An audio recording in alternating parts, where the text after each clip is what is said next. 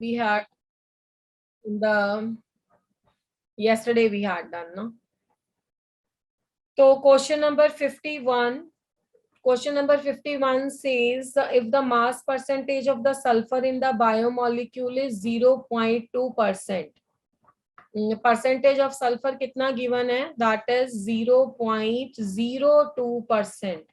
Then the number of the sulfur atoms present in the 16 gram of biomolecule is 16 ग्राम में कितने atom present होंगे? तो mole concept से question था, attempt किया होगा आपने। अब 0.02 परसेंटेज दिया हुआ है तो इसका मतलब क्लियर ही है, परसेंटेज का मतलब 100 होता है कि 100 ग्राम ऑफ अगर आपका टोटल बायोमोलिक्यूल कोई है, बायोमोलिक्यूल मतलब आपके जो कार्बोहाइड्रेट, प्रोटीन है ना, वाइटामिन, ऐसी कोई चीजें, बेसिकली ये प्रोटीन्स में होती हैं sulphur linkage. The 100 gram of the biomolecules contain sulphur, उनके पास सल्फर कितना होता है? 0.02। ठीक है, अब हमारे पास वो बोल रहा है 16 ग्राम ऑफ बायोमोलिक्यूल लिया, तो पहले तो 1 में कितना होगा? 1 में हो जाएगा 0.02 divided by 100। Unitary method I am simply applying. 16 gram total biomolecule है, 16 ग्राम में कितना हो जाएगा? 0.02 डिवाइडेड बाय 100 मल्टीप्लाइड बाय 16, है ना? तो this will come out to be, calculation भी बहुत इजी थी। This is simply 3.2 multiplied by 10⁻³ gram. ठीक है, तो ये आपके पास 16 ग्राम में इतना सल्फर प्रेजेंट होगा। अब क्वेश्चन में उसने पूछा है नंबर ऑफ सल्फर एटम्स, ये तो ग्राम में आया है ना, तो यानी कि ये तो हमारे पास मास आया। एटम्स कैसे निकालेंगे? Yes Anish, you want to say anything? Anish, you want to say anything? Say no ma'am, no ma'am. Okay बेटा, देन लोअर योर हैंड। तो 3.2 इंटू 10⁻³ ग्राम सल्फर आ गया 16 ग्राम के बायोमोलिक्यूल में। अब हमें ग्राम नहीं पूछे, हमें एटम्स पूछे हैं, तो ऑब्वियसली एटम्स के लिए हमें कहाँ पे जाना पड़ेगा?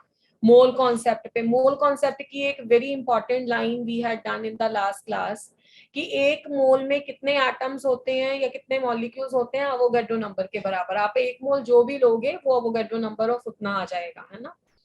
तो पहले तो मोल्स निकाल लेते हैं इससे, क्योंकि हमें एक मोल के बारे में पता है पर इतने में कितने मोल है वो नहीं पता ना।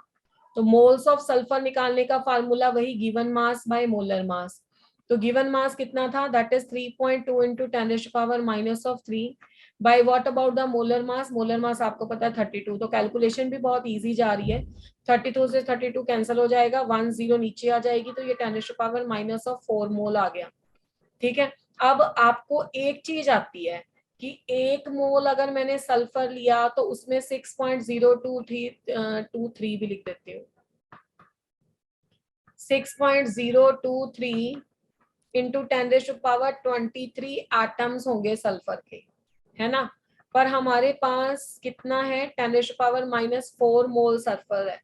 तो फिर तो कैलकुलेशन आसान ही थी बेटे। 6.023 इंटू 10⁻23 मल्टीप्लाइड बाय 10⁻⁴। 13 में से 4 गया तो 19, 23 - 4 19 आ जाएगा, है ना? तो 6.023 into 10⁻19 that would be the answer. तो इतने एटम्स। अगर तो उसने ग्राम तक पूछा होता तो यूनिटरी मेथड तक आ गया, आपका मोल कॉन्सेप्ट लग गया। और मोल कॉन्सेप्ट सभी को आता है कि एक मोल में कितनी चीजें होती हैं अवोगाड्रो नंबर के बराबर, है ना? और जितने आपके पास मोल दिए हुए हैं उससे कैलकुलेट कर लो। तो 51 का जो करेक्ट आंसर है हमारे पास 6.023 इंटू 10⁻19। तो 6.02 into 10⁻19. So this is option number 2. Option number 2 is correct in this respect. Okay, so have you done this question correctly in the exam? Yes, ma'am. This is very easy question. मेरे ख्याल से मोल निकालना तो class में सभी को आता है. Everybody knows how to find out the number of moles. Yes, ma'am. Okay, next question is number of the radial nodes and the angular node present in the 5d orbital respectively. अब orbital कौन सा दे रखा है? 5d orbital दे रखा है। अब 5d orbital के case में आपको रेडियल और एंगुलर नोड्स पूछ रहा है। तो 5d से इतनी तो नॉलेज हो गई है कि n की वैल्यू 5 है, प्रिंसिपल क्वांटम नंबर, और l की वैल्यू 2 है। ठीक है, किया हुआ था। अब आपके पास फॉर्मूला क्या होता है, जो तो आपकी होती है आर एन का मतलब होता है रेडियल नोड्स, उसका फॉर्मूला तो n minus L minus one होता है, तो 5 माइनस 2 माइनस 1, तो 5 माइनस 3 माइनस 1 हो गया 2, तो 2 तो आ गई रेडियल नोड। और अगर एंगुलर नोड्स की बात कर रहा है तो वो सिंपली एल के बराबर ही होती है, तो डायरेक्ट एप्लीकेशन ऑफ फॉर्मूला था, तो एल इज इक्वल टू 2, तो ऑप्शन वो करेक्ट होगा जिसमें दोनों चीजें 2 आ रही हैं, तो that means one option is correct which is having both the 2 and the 2। How many out of you people have done this question? Both the questions correct. Yes, ma'am. Correct. Yes, Yes, ma'am. सब Correct, चलो मुझे both. बताओ एक बार किस किस का correct है, नाम लेके। ma'am. Tanvi. I'm Diksha. I'm Akshita. दीक्षा, अक्षिता, तन्वी, 3 बच्चों का तो मुझे समझ में आ गया। बेटे ऐसे ऐसे मैं यही बोलूंगी, बूंद बूंद से घड़ा भरता है, 4-4 नंबर करके ही एग्जाम क्वालिफाई होना है। अगर आप माइनर माइनर मिस्टेक करते जाओगे तो फिर आपके पास आंसर नहीं आएगा, रिजल्ट नहीं बनते फिर। Which among the following has a lowest value of the negative electron gain enthalpy. Lowest value of negative electron gain enthalpy का मतलब है कि किसकी इलेक्ट्रॉन गेन करने की टेंडेंसी सबसे कम है। पहले तो एटम देख लेते हैं कौन कौन से हैं, हमें अगली स्लाइड यूज करनी पड़ेगी। 53 हमारे पास जो एटम दिए हुए हैं, lithium, oxygen, fluorine, chlorine, lithium, oxygen, fluorine and the chlorine. हाँ जी, कुछ बताने की जरूरत है, वेल एक्सप्लेन्ड क्वेश्चन है। देखो, largest negative value of electron gain enthalpy, यानी कि डेल्टा एच इलेक्ट्रॉन गेन जो होगी नेगेटिव, लार्जेस्ट नेगेटिव का मतलब क्या हुआ भाई? मैम इजीली अट्रैक्ट कर लेगा, मतलब गेन कर लेगा बिल्कुल, उसकी इलेक्ट्रॉन गेन करने की टेंडेंसी ज्यादा होगी, और इलेक्ट्रॉन गेन करने की टेंडेंसी किसकी ज्यादा होती है? Electronegative elements. इलेक्ट्रोनेगेटिव एलिमेंट की, या जिसकी इलेक्ट्रॉनिक कॉन्फ़िगरेशन इस चीज को सपोर्ट करे। तो मैं आपको पूरा ऑर्डर भी पूछूं तो मेरे ख्याल से हमारे बच्चे आराम से दे पाएंगे।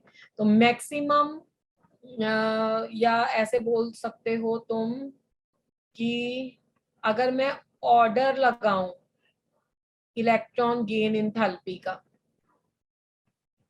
इलेक्ट्रॉन गेन एंथैल्पी, और इलेक्ट्रॉन गेन एंथैल्पी में ना नेगेटिव लिखने की जरूरत ही नहीं है, सबको अंडरस्टूड है कि वो नेगेटिव ही होती है। तो सबसे ज्यादा किसकी होगी भाई? फ्लोरीन। फ्लोरीन। फ्लोरीन के बाद किसकी होगी?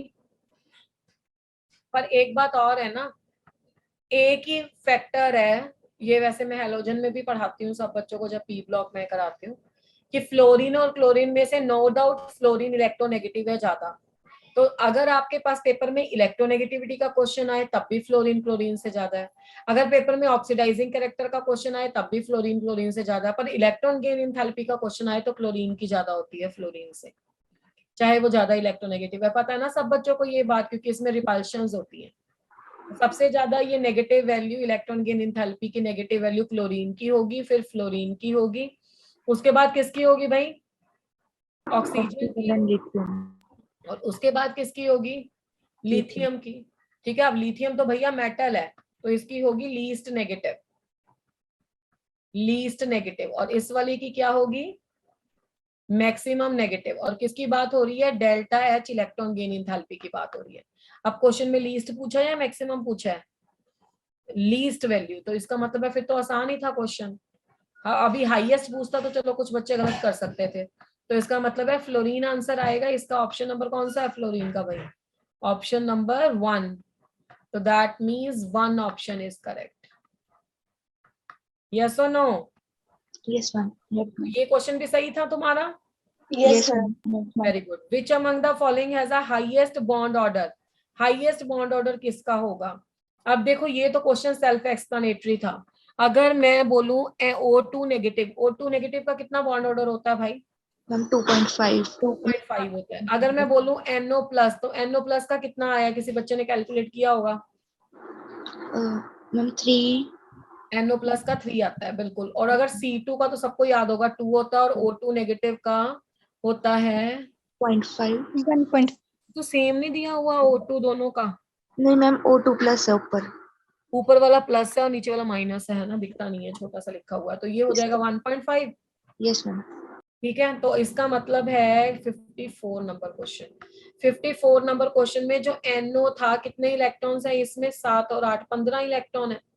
ठीक है, तो जब इसका बॉन्ड ऑर्डर निकालते हैं 1/2 number of electrons in bonding minus number of electrons in bonding, 8 तो कंज्यूम हो गए, 1s anti bonding, 2s this, और बाकी 15 है। 14 से ज्यादा है तो ऑक्सीजन वाला सीक्वेंस होगा, तो सिग्मा 2p z में पहले आएंगे, पाई 2px, पाई 2py। ठीक है, फिर anti bonding 2px, anti bonding 2py and that. और ये G2NO प्लस है ना, यस मैम। NO प्लस के केस में इलेक्ट्रॉन हो जाएंगे 14, पर सीक्वेंस कौन सा जाएगा, ऑक्सीजन सीक्वेंस। ठीक है, और आप कैलकुलेट करके देख लेना, इसका जो बॉन्ड ऑर्डर आता है वो 3 आता है। ठीक है, तो that means it is answer and this is option number 2। ठीक है, तो that would be the correct answer. Next is a shortest bond length among the following is CH OH CN and NO। कैसे किया था इस question को तुम लोगों ने, क्वेश्चन नंबर 55? साइज के बेसिस पे। बिल्कुल, हमेशा जिंदगी में एक बात याद रखो, अगर कोई एटम का साइज बड़ा है ना, तो उसको होल्ड करने के लिए बड़ी बॉन्ड लेंथ चाहिए, और बड़ी बॉन्ड लेंथ चाहिए तो इसका मतलब ये हो गया कि वो बॉन्ड वीक भी होगा। अब इसमें कोई चीज सेम तो खैर नहीं दे रखी है, एक दे रखा है इसमें, let me take it, CHOHCNNO, CHOHCN और NO। तो कार्बन के साथ एक तो नाइट्रोजन लगा है, नाइट्रोजन के साथ ऑक्सीजन लगा है, कार्बन के साथ हाइड्रोजन लगा है, और O के साथ H लगा है। तो मैं ये सब बच्चों को एक सजेशन दे रही हूँ कि क्वेश्चन नंबर 55 एक इम्पॉर्टेंट क्वेश्चन है, क्योंकि ऐसे क्वेश्चंस में डाटा भी बहुत मैटर करता है। हमने थोड़ा ना इनके साइज लर्न कर रखे हैं पीरियोडिक टेबल में पूरी स्पीशीज के। ठीक है, तो कई बार आपको साइज और इलेक्ट्रोनेगेटिविटी दोनों को लेके चलना पड़ता है, तो आई विल सजेस्ट कि मैं यहाँ पे बॉन्ड लेंथ का ऑर्डर दे रही हूँ, और वो सब बच्चे लर्न कर लेंगे। हो सकता है फ्यूचर में आपको इस चीज की रिक्वायरमेंट पड़े, या तो डायरेक्ट क्वेश्चन में या इनडायरेक्ट, क्योंकि बहुत सीधी सी बात है कि बॉन्ड लेंथ जितनी ज्यादा होगी उतनी उसके पास बॉन्ड स्ट्रेंथ कम होगी। तो बॉन्ड के मैकेनिज्म के लिए या और कई चीजों के लिए ये क्वेश्चन रिक्वायरमेंट है। तो कार्बन और नाइट्रोजन दोनों में बॉन्ड लेंथ सबसे ज्यादा होती है, उसके बाद नाइट्रोजन और ऑक्सीजन, कार्बन और हाइड्रोजन, उसके बाद then is oxygen and hydrogen. ठीक है, तो ये आपको लर्न कर लेना है, और इसमें कुछ ऐसा पैटर्न नहीं है। पैटर्न तब होता जब एक एटम सेम होता तो दूसरे का साइज ले लेते। तो इसमें एक्सपेरिमेंटल डाटा भी इन्वॉल्व है, इलेक्ट्रोनेगेटिविटी भी इन्वॉल्व है, साइज भी इन्वॉल्व है। ठीक है, तो दिस इज आंसर। उसने पूछा था इसमें से स्मॉलर, वैसे तो देखो जितना छोटा एटम होगा उतनी उसकी बॉन्ड लेंथ कम होगी, और यहाँ पे कार्बन के साथ नाइट्रोजन लगा है तो ये बॉन्ड लेंथ सबसे बड़ी होती है, और ऑक्सीजन सबसे ज्यादा इलेक्ट्रोनेगेटिव है तो ये सबसे छोटी होती है। तो छोटे वाला तो तुम लगा देते, पर ऑर्डर तुम याद कर लेना। शॉर्टेस्ट पूछा तो OH है ना, OH तो कर लिया होगा, ऑर्डर चाहे नहीं आता होगा, क्योंकि ऑक्सीजन सबसे ज्यादा इलेक्ट्रोनेगेटिव है। ऑक्सीजन इलेक्ट्रोनेगेटिव है तो वो हाइड्रोजन को खींचेगा, तो उसकी बॉन्ड लेंथ सबसे कम होगी। ठीक है, उसके बाद जो आपका कार्बन और हाइड्रोजन है वो भी तुम्हें पता है कि एक स्ट्रॉन्ग बॉन्ड होता है कार्बन फैमिली में। फिर ये आएगा, फिर उसके बाद NO आएगा, और सबसे बड़ा CN आएगा। ठीक है, तो मैंने ऑर्डर भी बता दिया और शॉर्टेस्ट भी बता दिया, तो इसके लिए जो इसका आंसर जाएगा वो जाएगा ऑप्शन नंबर 2 जिसमें था OH। So this is a question number 55. Now let's check out the question number 56. 56 number question कहता है the density of the gas in the closed container is 3.5 gram per liter at the 4.1 atmospheric pressure and at 127 degree temperature, then the molar mass of the gas would be। किससे question है, किस chapter से ये, who can tell me? Who can tell me किस chapter से question है ये? अरे क्या हो गया? देखो इसको चैट बॉक्स में लिख के बताएंगे। बिल्कुल गैसियस स्टेट। ये D2me का क्या मतलब है, मतलब D बच्चा कौन है? डेंसिटी का फार्मूला आप उस इक्वेशन से ले सकते हो, काइनेटिक गैस इक्वेशन से, और वो डायरेक्टली फार्मूला होता है PM/RT। ठीक है, तो इसमें से अगर आपको मास की वैल्यू निकालनी है तो वो हो जाएगा DRT/P। डेंसिटी दे रखी थी 3.5, आर की वैल्यू क्योंकि ATM लीटर है 0.082 दे रखी है, और टेम्परेचर हो गया आपका 400, मैंने केल्विन में ले लिया, और प्रेशर हो गया 4.1। जब आप इसको कैलकुलेट करोगे this comes out to be 8 gram per mole. जब भी मोलर मास लेते हैं तो हमेशा ग्राम पर मोल में लेते हैं, तो it's answer would be option number 2। ठीक है, तो this is option number 2। Now question number 57। ये क्वेश्चन पिछले उसमें भी आया था पेपर में भी, और आप लोगों ने बताया भी था, तब सिर्फ फार्मूला था, इसमें कुछ थोड़ा सा आगे पूछा हुआ है। 57, the ratio of the root mean square speed of the oxygen at the 200 Kelvin and the nitrogen at 400 Kelvin each। हाँ जी, रूट मीन स्क्वायर का फॉर्मूला कौन बताएगा क्लास में? Ma'am √3 RT/m। ये देखो, root mean square average and most probable, direct question आता है इससे, तो फॉर्मूले लर्न कर लेना। रूट मीन स्क्वायर वेलोसिटी का फॉर्मूला होता है 3RT/m। ठीक है, तो इससे हमें इतना समझ में आ गया कि जो रूट मीन स्क्वायर वेलोसिटी है वो किस पे डिपेंड करती है? टेम्परेचर बाय मोलर मास पे, क्योंकि 3 और 8 तो दोनों के लिए कांस्टेंट होंगे। तो अगर मुझे कैलकुलेट करना है रूट मीन स्क्वायर वेलोसिटी का रेशियो ऑक्सीजन के लिए divided by root mean square velocity का वैल्यू नाइट्रोजन गैस के लिए, तो मैं उसमें देख सकता हूँ, क्या लिख सकते हैं? Temperature of oxygen, temperature of, क्योंकि वो तो डायरेक्टली प्रोपोर्शनल है टेम्परेचर के, तो नाइट्रोजन मास के इनवर्सली प्रोपोर्शनल है बच्चे, तो मास ऑफ नाइट्रोजन हो जाएगा और मास ऑफ द ऑक्सीजन हो जाएगा। बाकी तो आपको बस वैल्यूज पुट करनी थी, that's all. Temperature of oxygen 200 दे रखा था, इसके केस में 32 दे रखा था। मोलर मास इसका और टेम्परेचर इसका 400 है, और बाकी आ जाएगा यहाँ पे 28। Mass of O2 is 32, temperature of nitrogen is 400, temperature of oxygen is 200, mass of nitrogen is 28. So when you will calculate and solve it, this answer comes out to be √7 divided by 4. So that would be option number 2. हाँ जी, किया था ये question? How many of you have done this correctly? Yes ma'am। Yes sir। वो बच्चा है। Next question है, consider the following reaction at the equilibrium. PCl5 gives the PCl3. PCl5 in the gaseous state gives the PCl3 in the gaseous state plus the chlorine in the gaseous state. If the sum amount of the argon gas is added to the reaction mixture at the constant pressure. ये class में भी हमने discuss किया हुआ है कि constant pressure पे discuss किया तो क्या होगा।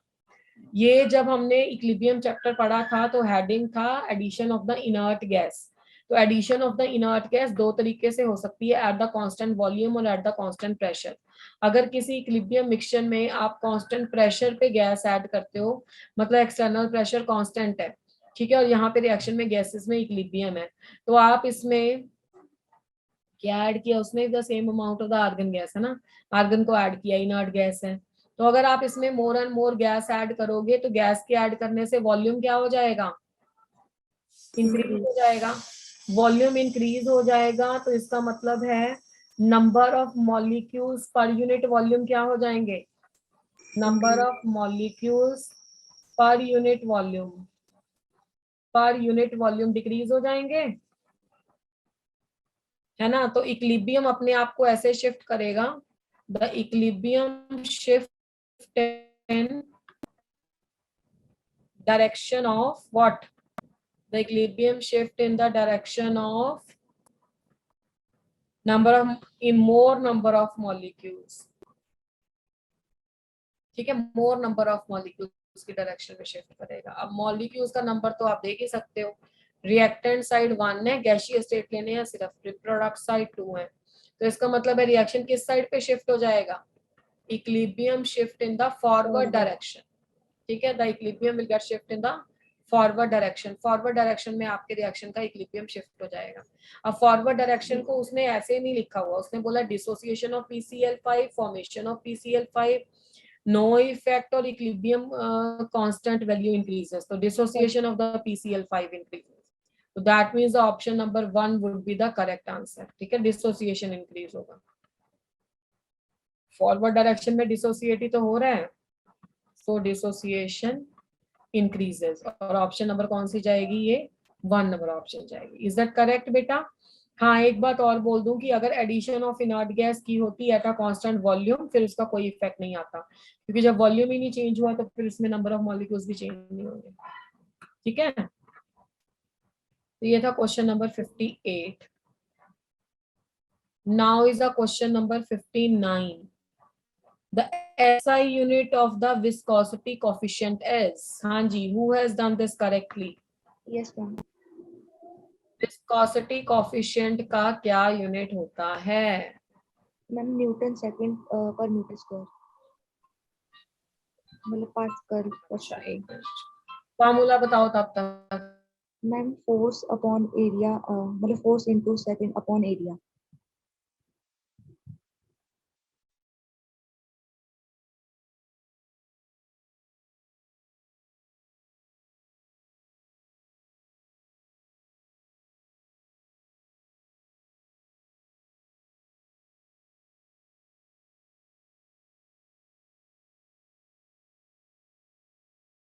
हाँ जी, विस्कस फोर्स किस किस पे डिपेंड करती है? मैम विस्कस ड्रैग पे। देखो, जो विस्कोसिटी होती है, विस्कोसिटी का मतलब समझते हैं ना सारे बच्चे? Yes ma'am. आपने देखा होगा कि हनी का मूव करने का रेट और वाटर का मूव करने का रेट अलग अलग है। मतलब जो लिक्विड है ना, internal layers of the liquid, internal layers of the liquid offer the resistance to its flow, offer resistance to its flow। ठीक है, वो उसके फ्लो होने में रेसिस्टेंस क्रिएट करती है। तो पहली बात तो वो एरिया ऑफ क्रॉस सेक्शन पे डिपेंड करती है। दूसरी बात, वो वेलोसिटी ग्रेडियंट पे डिपेंड करती है। डीवीएस, डीवी बाई डीएस क्या होता है? This is called as a viscosity velocity gradient. Gradient उस चीज को बोलते हैं जो भी चीज डिस्टेंस के साथ चेंज होती है। जैसे आप इसको ऐसे लगा लो ना, ये एक पाइप है, आपने देखा होगा ट्यूबवेल में से भी पानी जो सेंटर मोस्ट लेयर है वो सबसे फास्ट आएगी, और ये वाला जो पानी है इसके साथ जुड़ा हुआ ये लेयर्स जो है वो स्लो मूव करेंगी। ठीक है, तो इसका मतलब है कि इसमें इस सेंटर मोस्ट लेयर से जैसे डिस्टेंस चेंज हो जाता है वैसे वैसे वेलोसिटी चेंज हो जाती है। तो डीवी बाई डीएक्स उस चीज का मेजर है। ए एरिया ऑफ क्रॉस सेक्शन हो गया। अब इसको हटाया तो प्रोपोर्शनलिटी कोएफिशिएंट तो ईटा लग जाता है। ईटा को एक्चुअली में बोलते हैं जो उसने पूछा हुआ है क्वेश्चन। ईटा क्या होता है आपका? Coefficient of viscosity. विस्कोसिटी। ठीक है, और ए एरिया आ गया और डीवी बाई डीएक्स आ गया। तो जब आप इस इक्वेशन को सॉल्व करोगे तो ईटा किसके बराबर आ जाएगा? F viscous force divided by A और multiplied by dv by dx. अब बच्चा, फोर्स का यूनिट तो न्यूटन होता है, एरिया का मीटर सेंटीमीटर कुछ भी ले लेते हो, चलो मीटर ले लेते हैं। वेलोसिटी ग्रेडियंट मीटर पर सेकंड होता है और डिस्टेंस मीटर होता है, तो मीटर से मीटर कट ऑफ हो जाएगा। तो जब आप इसको सॉल्व करोगे तो न्यूटन सेकंड पर मीटर ये आपका यूनिट आ जाएगा, जो आपकी ऑप्शन है कोई ऐसी। Third. 59 newton second metre minus third. तो ये आपकी बन जाएगी ऑप्शन नंबर थर्ड। ठीक है, तो थर्ड ऑप्शन इसका करेक्ट आंसर। तो ये डायरेक्ट क्वेश्चन था, और ये भी तीनों क्वेश्चन लगातार गैसियस स्टेट से हैं।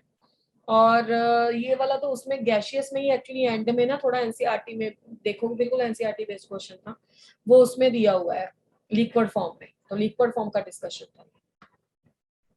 Question number 60. A gas is allowed to expand in the insulator container against a constant external pressure of the 4 atm from the initial volume 1.8 liter to the final volume of 5.2 liter. The change in the internal energy. ये तो बहुत आसान था question. कितने बच्चों को ये question आ गया था? तो क्लास में भी डिस्कस हुए हैं ऐसे क्वेश्चन।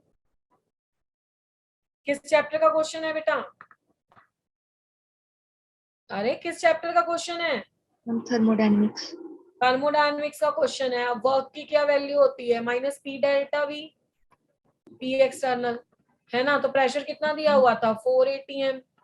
वॉल्यूम चेंज कितना दिया हुआ है? कितने से कितने? 1.8 initial volume 1.8 to the final volume 5.2। तो ये डेल्टा भी कितना आ जाएगा? 5.2 माइनस 1.8। तो ये लीटर में आ गया। तो जब आप इसको सॉल्व करोगे तो -4 मल्टीप्लाइड में से 12 4 3 -1 2 आ गया। ठीक है, तो ये आ गया ATM और लीटर। 4 4 16 3 आया, 3.4 है। ठीक है ना, -13.6 आ गया, फिर 4 3 12 और 1 16। दिस इज ATM लीटर, है ना, ये आ गया आपके पास। अब उसने इंटरनल एनर्जी पूछा, तो इंटरनल एनर्जी का तो फॉर्मूला इजी है, delta U is equal to Q plus W। अब हीट के बारे में भी बात कर रहा है। Insulated container against a constant external pressure of this, the change in the internal energy of a gas। बहुत सीधी सी बात है, अगर insulated container है तो हीट चेंज नहीं हो रहा होगा ना। तो Q is equal to DQ is equal to 0। तो वैसे भी पता है, जो नहीं दिया हुआ तो खत्म ही करो उसको। तो ये आ जाएगा -13.6 ATM और लीटर। बस इतना दिमाग लगाना था कि आंसर ATM लीटर में नहीं है। तो जिस बच्चे ने इतना आंसर लगा कर लिया सॉल्व, फिर कोई प्रॉब्लम नहीं है। ये क्लास में भी लिखवाया हुआ है, 1 ATM litre is equal to 101.3 joule, kilo joule. पहले तो ये जूल के बराबर होगा, फिर किलो के लिए अलग से कर लेना। -13.6 किलो जूल में आंसर दिया था ना। किलो जूल में करना है तो फिर आप इसको कर सकते हो 10⁻³ के साथ। ठीक है, तो कौन सा आंसर आता था इसमें?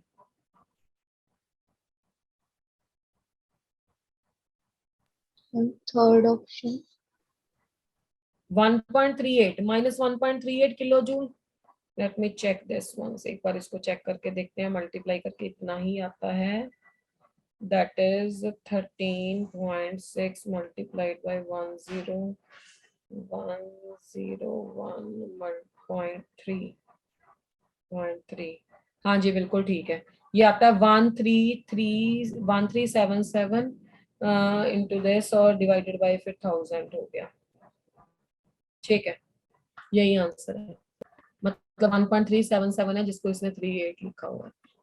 ठीक है, बस इसमें इतना समझ में आना चाहिए था कि 1 ATM लीटर 101.3 जूल के बराबर होता है। अगर ये कर लिया था तो क्वेश्चन में कुछ भी नहीं था। हाँ जी, किस किस का करेक्ट था question number 60? Yes ma'am. 10 question हो गए। हाँ जी, बताओ जरा मुझे अपना क्या क्लियर था तुम्हारा। मैम एक क्वेश्चन गलत है। यस मैम, एक कल कितने करेक्ट है? मैम 1 इनकरेक्ट है। 10 में से कितने करेक्ट थे बेटे? मैम 9। 9 करेक्ट थे, गुड। कौन सा गलत किया? मैम एक न्यूमेरिकल सा था, उसमें कैलकुलेशन में हो गई थी मिस्टेक। चलो कोई बात नहीं। बाकियों का क्या था स्कोर 10 में से? मैं बार बार कह रही हूँ, एक एक मैम क्वेश्चन जोड़ 9, के रिजल्ट बनेगा वही। मैम 9 था ये। 9 के लिए तो वेरी गुड। 60 है था। 2 इनकरेक्ट, 8 कौन सा? अच्छा 7 कह रहा है, परमिंदर कह रही है 7 और महक के 8, तन्वी के 9 और एक बच्चे ने और बोला 9 8 तो गुड है, नो प्रॉब्लम। क्वेश्चन नंबर 61 भी रिपीट था एक तरह से question, which among the following is an aromatic species. कौन सी एरोमेटिक स्पीशीज है? तो इसका मतलब इस क्वेश्चन से ये भी ज्ञान हो जाएगा कि कौन कौन से एरोमेटिक नहीं है। 2 नंबर है या नहीं है? नो मैम नहीं है। नहीं है। 3 4th है। नंबर और 4 नंबर तो है। Yes ma'am. अब बाकी 9 वालों को भी डिस्कस कर लेते हैं कि क्यों 9 है। 4 नंबर तो पिछली बार भी आया था ये क्वेश्चन। इसका साइक्लो पेंटा डाई इनाइल एनायन नहीं होता, कैटायन तो होता है। कैटायन नहीं होता, एनायन तो होता है ना। कैटायन में तो 4 पाई आ जाते हैं ना, इसमें तो 6 पाई है। तो इसमें 4n+2 बराबर 6 है। 6 मतलब ये वाले 2 इलेक्ट्रॉन भी हम ले रहे हैं। ठीक है, तो इसका मतलब है n की वैल्यू 1 आ गई हक्कल नंबर, तो ये तो एरोमेटिक है। तो करेक्ट ऑप्शन तो हो जाएगा इसका 4। बाकियों की मैं एक्सप्लेनेशन दे देती हूँ। ऑप्शन नंबर 1 में साइक्लो ऑक्टा टेट्राईन है, ये आगे जाके टब शेप्ड स्ट्रक्चर्स बन जाती हैं, ये प्लेनरी नहीं है। मतलब ये देखने में ना तुम्हें ऐसे लगेंगे। ठीक है, 1 2 3 4 5 6 7 8, तो ये तो वैसे ही नहीं है। 2 नंबर में 4 पाई इलेक्ट्रॉन्स हैं। ठीक है, वो वैसे ही नहीं आपके पास आ रहा, हॉक्कल रूल नहीं ओबे कर रहा। इसमें 2 4 6 8 पाई इलेक्ट्रॉन्स हैं, ठीक है, ये भी नहीं आ रहा, इसका कैटायन होता है एनायन नहीं, तो इसका मतलब है 4 4 तो बड़ा फेमिलियर सा ऑप्शन था। IUPAC name of the compound is 62, ये तो कर लिया होगा, आईयूपैक में तो Yes, तुम ma'am. होशियार हो बहुत। पलमिंदर 4 ऑप्शन, ठीक है बेटे। IUPAC name of the compound is, मेरे पास मेरे ख्याल से उसमें से कट गया क्वेश्चन, तो मैं खुद से लिख देती हूँ। ये था कंपाउंड, बताओ इसका आईयूपैक नेम। ये क्वेश्चन नंबर 62 है।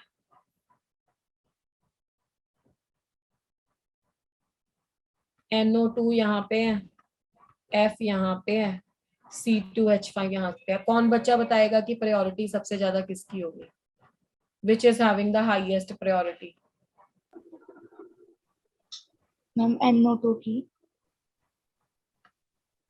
ध्यान से देखो, NO2,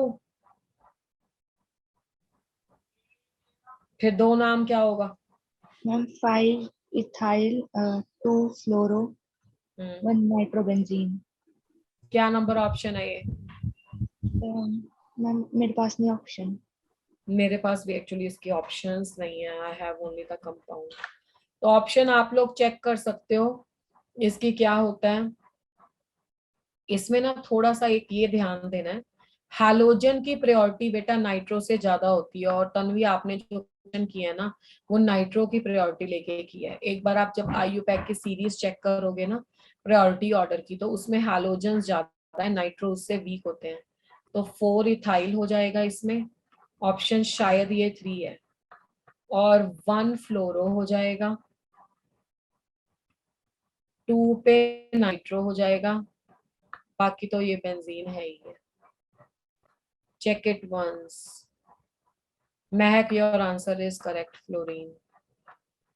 question number 63, the species in which the hyper conjugation does not occur is. हाँ जी, हाइपर कॉन्जुगेशन कहाँ पे नहीं होती? 63 पहला दिया हुआ है आपका ये, ऐसे ऐसे ऐसे ऐसे ऐसे और ऐसे, ठीक है। सेकंड ये है फर्स्ट कंपाउंड, सेकंड है ऐसे ऐसे ऐसे ऐसे ऐसे और ये वाला। थर्ड कंपाउंड दिया हुआ ये और ये। फोर्थ कंपाउंड दिया हुआ है ऐसे ऐसे ऐसे और ऐसे। इतना तो समझ आ गया होगा कि कार्बोकटाइन की बात हो रही है। यस और नो? Yes ma'am. तो अगर ये कार्बोकटाइन है, यहाँ पे CH2 प्लस है, तो ये इसके साथ वाला कार्बन है, तो एक बॉन्ड इधर, दो बॉन्ड इधर, तीन बॉन्ड इधर, चौथा बॉन्ड इधर हो जाएगा, तो ये अल्फा हो गया। तो 1 अल्फा CH है इसमें, तो हाइपर कंजुगेशन होगी। Yes ma'am. अगर ये कार्बोकटायन है तो इसके तो दो पड़ोसी हैं भाई, एक तो ये है जिसमें 2 हाइड्रोजन एटम है, एक ये है जिसमें 1 हाइड्रोजन एटम है, ठीक है। तो इसमें भी इधर से भी ले सकता है, इधर से भी ले सकता है, तो इसका मतलब है इसमें भी हाइपर कॉन्जुगेशन के चांसेस हैं, ठीक है। इस वाले में ना आप थोड़ा सा इसको ऐसे भी कर सकते थे, मैंने जो बनाया वो बहुत कॉन्सेप्ट को एग्री नहीं करता। अगर डबल बॉन्ड को लेके। पढ़ा है ना, तुम ऐसे कर सकते हो कि पहले तो इसकी कंजुगेशन दिखा दो, तो जब तुम कंजुगेशन दिखा दोगे ना तो ये कुछ ऐसे बन जाएगा और यहाँ पे प्लस आ जाएगा, फिर कर लेना। अब क्योंकि डबल बॉन्ड वाला हम लेते नहीं है अल्फा में, ठीक है, तो तुम ये वाला लेके इसके ये दिखा देना, ये ज्यादा अच्छा है, ज्यादा सही है। 3 अल्फा CH, पर तब भी ऑप्शन तो ये तब भी नहीं आ रहा था, अब भी नहीं आ रहा था। Is that clear? मैं जो कह रही हूँ आप मेरी बात समझ पा रहे हो? क्योंकि यस मैम। अगर डबल बॉन्ड होता ना तो डबल बॉन्ड वाले के बगल में भी अल्फा होता है, ठीक है, तो कंफ्यूजन होती है। तो बेटर है कि आप इसको रेजोनेंस शो करके कार्बोकटाइन के साथ वाला ले लो। अब इसमें ये वाला मत लेना, क्योंकि हमें लेना है अनसैचुरेटेड, नहीं लेना सैचुरेटेड लेना, ये वाला ले लेना। तो इसमें 2 अल्फा CH होगा, तो ये भी नहीं हो सकता, ये भी नहीं हो सकता। ये वाले में तो चीख चीख के बोल रहा है 3 यहाँ से हो जाएंगी और 1 यहाँ से हो जाएगा, ठीक है। तो ये वाले में 4 हो जाएंगी, 4 अल्फा CH। इस वाले में देखो, इस वाले में ये कार्बन है 1 2 3 4, 9 अल्फा CH। तो ऑप्शन नंबर कौन सा करेक्ट होगा? फोर्थ। Correct option. कर लिया था ये क्वेश्चन? यस मैम कर लिया था। पहले वाले में रेजोनेंस बना के करना है ना, नहीं तो अनसैचुरेटेड वाली साइड से नहीं लेना. Consider the following statement. Anthracene contain the 14 pi electrons Yes, ma'am. and phenol is reduced to the cyclohexane by passing its vapor over the zinc dust. इसका लास्ट क्लास में भी डिस्कशन हुआ था. The benzene or reaction with the acetyl chloride in the presence of the anhydrous AlCl3 form acetophenol. हाँ जी, question में से पूछ रहा है द करेक्ट स्टेटमेंट आर. कोई डिबेट? मैम B नहीं होगा. B में 64 नंबर ऑप्शन पे कोई debate? Ma'am A and C Phenol होंगे is reduced to the cyclohexane नहीं होता है. Yes, ma'am. Benzene. Phenol is reduced to the benzene होता है. और ये लास्ट क्लास में भी डिबेट हुआ था इस पे. फिनॉल को जिंक डस्ट के साथ करोगे तो साइक्लोहेक्सेन थोड़ा ना बन जाएगा, Yes, ma'am. Benzene बनेगा और जिंक बेंजीन बनेगा. जल्दी में टिक मत कर देना. तो ये सही नहीं है, यानी कि ऑप्शन 3 सही होगी. ठीक है, तो करेक्ट कौन सी है? A and C only. तो ये 64 हो गया. करेक्ट है बेटे? Yes, ma'am. Correct. चलो 20 करके पूछते हैं तुम्हारा क्या स्कोर है. 65. The compound which will not react fastest by the SN1. SN1 से कौन सा फास्टेस्ट रिएक्ट नहीं करेगा? Most the compound which will react नहीं करेगा, नहीं करेगा फास्टेस्ट. बस फिर तो सीधी सी बात है, आप कार्बोकेटाइन देख लो. स्टेबल जो कार्बोकेटाइन होगा ना, जो आपका स्टेबल कार्बोकेटाइन है, that will react fast. Yes, ma'am. Fast in SN1. बाकी कहानी तुम पे डिपेंडेंट है. ये क्वेश्चन भी पिछले पेपर में आया हुआ है. ये जब कार्बोकेटाइन बनेगा तो क्या बनेगा भाई? इस कार्बोकेटाइन का क्या नाम है?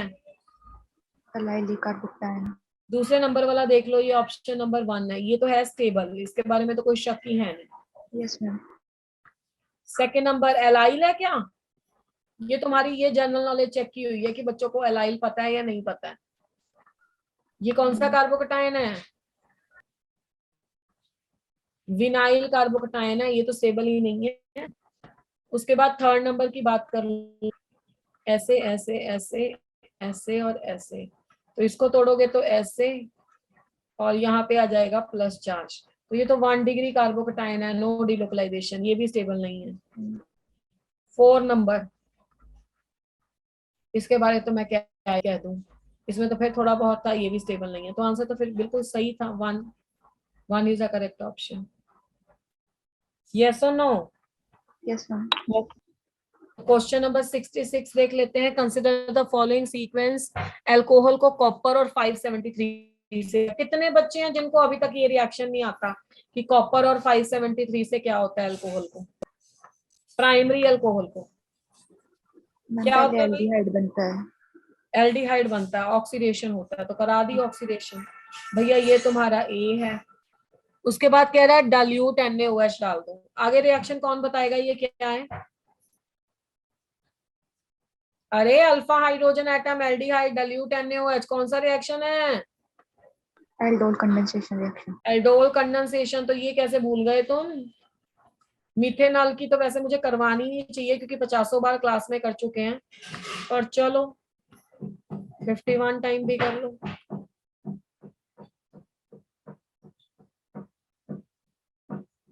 एनोलेट फॉर्मेशन का रिएक्शन है. ये नेगेटिव होता है, ये प्लस होता है, ये नेगेटिव हो जाएगा, ये प्लस हो जाएगा. नेगेटिव टू पॉजिटिव अटैक होगा, नेगेटिव टू पॉजिटिव अटैक होगा. तो आंसर में बन जाएगा CH3 COH H CH2 C double bond OH. अब भाई ये देख लो कि अब तुम्हें हाइड्रेशन वाला प्रोडक्ट दिया है या यही दिया है? यही दिया है. हाँ ये दिया हुआ है, ऑप्शन नंबर 2. अगर आपने उसको हाइड्रेशन भी, उसका डिहाइड्रेशन भी करना है तो अलग बात है, पर क्वेश्चन में उसने ऐसे ही दिया तो यही ठीक है. 66 done. Question number 67. The most acidic compound among the following is. मजेदार क्वेश्चन. कौन सा होगा मोस्ट एसिडिक? Ma'am fourth. देखते हैं. वो तुम जो सोच रही हो, बहुत सारे बच्चे ऐसे मिस्टेक करके आते हैं। पहली बात तो जो एसिडिक करेक्टर होता है वो डायरेक्टली प्रोपोर्शनल होता है -m -i और -HC, और इनवर्सली प्रोपोर्शनल होता है +m +i और +HC। मानते हो नहीं मानते हो इस बात को? Yes, ma'am. पहले वाले क्वेश्चन पे तो कोई बच्चा आंसर नहीं दिया होगा, पहले वाला तो मतलब बिल्कुल ही सीधा साधा इंसान है, ठीक है, सिर्फ कार्बोक्सिलिक एसिड। दूसरे वाले में देखो, दूसरे वाले में जिसने नोट्स पढ़े हैं ना मेरे, वो आराम से कर सकता है जीओसी वाले। ये सेकंड हो गया। थर्ड वाला हो गया OH NO2 मतलब Pyrrhic acid, NO2 and NO2। और फोर्थ वाला हो गया तुम्हारा ऑर्थो बेंजोइक एसिड, ऑर्थोमिथाइल। अब तन्वी ने जो मिस्टेक करी है ना, उसे ये बात पता है कि ऑर्थो इफेक्ट होता है बेंजोइक एसिड में, स्पेशली कार्बोक्सिलिक एसिड में, और ऑर्थो जो होते हैं वो हमेशा ज्यादा स्ट्रांग होते हैं। पर बेटे कंपैरिजन तो एप्पल का एप्पल के साथ करोगे ना। मान लो तुम्हारे पास या तो होता ऑप्शन नंबर 1 और 4, या मिथाइल के ही बाकी सारे सब्सिक्वेंट लगे होते, या नाइट्रो के लगे होते, या कुछ पर मोनो सब्सिक्वेंट लगा होता, पर उसके हिसाब में तो ऑर्थो वाला सबसे स्ट्रांग होगा। और यहाँ पे तो हमने पढ़ा हुआ है कि जो आपका पिक्रिक एसिड है उसकी pKa की वैल्यू 1 पॉइंट कुछ होती है, ठीक है, मतलब इतना ज्यादा स्ट्रॉन्ग एसिड होता है। तो पिक्रिक एसिड सबसे ज्यादा एसिडिक होगा क्योंकि इसमें नाइट्रो लगे हैं, ठीक है। और नंबर अगर मुझे ऑर्डर भी लगाना होता ना, तो सबसे ज्यादा पिक्रिक एसिड आता, उसके बाद आता नाइट्रो वाला 2 नंबर, ठीक है, फिर आता आपके पास 4 नंबर, फिर आता आपके पास 1 नंबर, ठीक है। बाकी मिथाइल के सारे सब्सिक्वेंट्स हैं, या अगर पोजीशन चेंज की हुई तो बात अलग है, पर nitro strong electron withdrawing group है, तो इसमें पहले तो इस मामले में तो कोई शक ही नहीं है, ये सबसे ज्यादा था, पर इसके बाद भी यही आता, फिर उसके बाद ये और ये आते, तो ये वाला होगा मोस्ट एसिडिक। तो इस हिसाब से तो option number 3 was the correct answer, ठीक है बेटे। Yes, ma'am. 68 major product obtained on the reaction of the sodium phenoxide with the CO2। Sodium phenoxide को CO2 के साथ करो फॉलोड बाय एसिडिक हाइड्रोलाइसिस। ये आपके पास डायरेक्ट रिएक्शन था। क्वेश्चन नंबर 68, सोडियम किसका करना है? Sodium phenoxide. सोडियम फिनॉक्साइड मतलब ONA ले लो। हाँ जी, कौन मुझे बताएगा ये कौन सा रिएक्शन की बात हो रही है? What is the name of this reaction? ये एक बहुत फेमस नेमिंग रिएक्शन है, क्या नाम है इसका? शाबाश, अच्छे जा रहे हो तुम लोग। सोडियम फिनॉक्साइड को या फिनॉल को कार्बन डाइऑक्साइड से करो और H+ से करो तो वो क्या रिएक्शन होता है? चलो घर जाके पढ़ लेना जिंदगी में कि रीमर टीमन क्या होते थे, कॉब्स क्या होता था, डाउस क्या होता था, तो सबको समझ में आ जाएगा। प्रोडक्ट बनेगा salicylic acid OSCOH। Mechanism we have already done in the class. Phenoxide ion को हमेशा ऐसे लेंगे, जब रेजोनेंस आएगा यहाँ पे नेगेटिव चार्ज आएगा, ये इलेक्ट्रोफाइल की तरह बिहेव करेगा, कार्बन डाइऑक्साइड आ जाएगा, H+ का शिफ्ट होगा और एसिडिफिकेशन हो जाएगी। मैकेनिज्म आपकी क्लास में भी कराया हुआ है। This is the naming reaction 3 hydroxy benzoic acid. Option number 2 is the correct answer. The compound which does not react with the yellow precipitate on the reaction with NaOH। ये कौन सा test है? Question number 69 में कौन सा test? Hydrophone test. हाँ, तो रीमा टीमा भी पढ़ के आना जरा, मुझे अगली क्लास में बताना तुम लोग, ठीक है। 69 आइडोफॉर्म टेस्ट है। और आइडोफॉर्म टेस्ट कौन देते हैं? कौन देते हैं? तो बच्चों iodoform test given by the methyl ketone. भाई क्या हो गया? डराओ मत तुम मुझे भी, ये तो मैं एक्सपेक्ट करती हूँ, ऐसे आगे तो तुम भाग के लगा दोगे। एक एसीटोन है, एक एल्डिहाइड। एल्डिहाइड तो दे ही नहीं सकते, एक आइसोप्रोपेनॉल अल्कोहल भी नहीं दे सकते, फॉर्मेल्डिहाइड भी नहीं दे सकते, तो एसीटोन ही तो देगा। मिथाइल कीटोन, ये एसीटोन है। मिथाइल कीटोन हमेशा देते हैं आइडोफॉर्म टेस्ट, तो ये मिथाइल कीटोन ही तो है, हाँ या ना? Yes ma'am. एसीटोन। तो करेक्ट आंसर इज द, अच्छा उसने पूछा देता है या नहीं देता? Does Does not give. Acetone तो देता है। अच्छा एसिटाल्डिहाइड भी देगा क्योंकि उसमें भी मिथाइल ग्रुप था। मुझे लगा सिर्फ वो वाला क्वेश्चन है। Yellow precipitate on the reaction with NaOI is actually में क्या होता है ना कि NaOI एक ऑक्सीडाइजिंग एजेंट भी होता है वीक, तो एसीटोन तो देता ही देता है। एल्डिहाइड और आइसोप्रोपेनॉल भी कन्वर्ट हो जाएंगे मिथाइल कीटोन में। मेरे कहने का मतलब है इसकी जब ऑक्सीडेशन करोगे तो इसमें ये ग्रुप आ जाएगा, सीधी सी बात है। इसकी जब ऑक्सीडेशन करोगे तो इसमें भी ये ग्रुप आ जाएगा, ठीक है। फॉर्मेल्डिहाइड, फॉर्मेल्डिहाइड में कभी नहीं आएगा, तो इसका ऑप्शन आएगा डज नॉट वाला था 4। यहाँ पे मैं एक स्टार पॉइंट मेंशन कर देती हूँ क्वेश्चन नंबर 70 में कि जो आपकी ऑप्शन नंबर बी थी ना, क्या था, एसिटल्डिहाइड, वैसे तो वो मिथाइल कीटोन के लिए होता है पर फिर भी एसिटल्डिहाइड और दूसरा क्या था, आइसोप्रोपेनॉल। एसिटल्डिहाइड और आइसोप्रोपानॉल ये हो जाते हैं NaOI की प्रेजेंस में इसमें कन्वर्ट, ठीक है, ये ग्रुप आ जाता है और ये एक्चुअली में मिथाइल कीटोन है, तो एसीटोन तो देगा ही देगा, तो मिथाइल कीटोन भी देगा, ठीक है। तो ये दोनों देंगे, they give the iodoform test. तो ये 70 नहीं चल रहा, 69 नहीं चल रहा, they give the iodoform test. तो जो नहीं दे सकता HCHO डज नॉट गिव, ये कभी भी मिथाइल कीटोन में ऑक्सीडाइज नहीं हो सकता। तो fourth option is the correct option.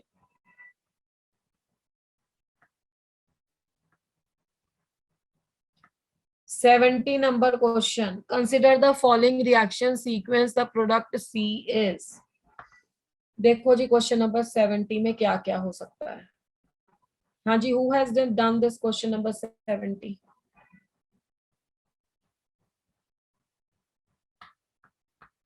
किसी ने भी नहीं किया। सबसे पहले क्या दिया हुआ था, एमाइड।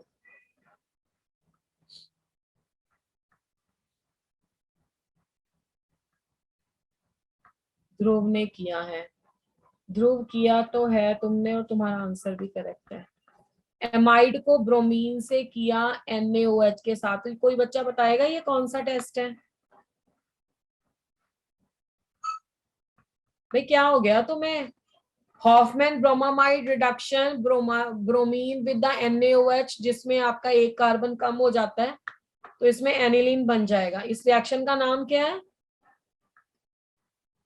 मैंने आपको उस दिन भी बताया था, हॉफमैन ब्रोमामाइड, कि अगर आप कभी प्रीवियस ईयर उठा के देखो ना अमीन चैप्टर के, तो 80% क्वेश्चन हॉफमैन ब्रोमामाइड के होंगे, जिसमें एमाइड को ब्रोमीन और NaOH के साथ करते हैं और उसमें से एक कार्बन कम हो जाता है तो एमीन बना। तो एमीन बना तुम्हारा, यानी कि एनिलीन इसमें A। उसके बाद वो कहता है कि इसको एसिटिक एनहाइड्राइड से कर दो, तो कर दो, क्या जाता है तुम्हारा? मैडम कैसे करें? कैसे क्या करना है? एसिडिक हाइड्रोजन हटा दो, उसकी जगह पे एसिड ये वाला ग्रुप लगा दो, तो ये बन जाएगा NHC डबल बॉन्ड O और CH3, ये वाला ग्रुप लगा जाएगा, ठीक है। अब उसके बाद ये क्या बना तुम्हारा, B। फिर वो कह रहा है कि उसको ब्रोमीन के साथ रिएक्ट कर दो और एसिड ले लो वीक, तो आपके पास क्या प्रोडक्ट आएगा? अब ये group ortho and para directing होता है, पर ऑर्थो पे तो हिंड्रेंस है, तो इसलिए ब्रोमीन आ जाएगा पैरा पोजीशन पे। NHC double bond O CH3 ऐसे ही रहेगा और Br पैरा पोजीशन पे आएगा। अगर इसमें कुछ रिडक्शन का दिया होता या हाइड्रोलिसिस का दिया होता, तब हम इसको दोबारा से एमीन में कन्वर्ट कर देते, एनिलीन में, वो फिर NCERT का रिएक्शन बन जाता जो हमने किया था। तो ये C, और स्पेशली उसने लिखा भी हुआ है मेजर, मतलब पैरा प्रोडक्ट को आंसर देना, बनते दोनों ही है। तो third is the correct option. Correct. हाँ जी, आप बताओ 70 तक 20 क्वेश्चंस हो गए, कितने बच्चों के कितने करेक्ट थे?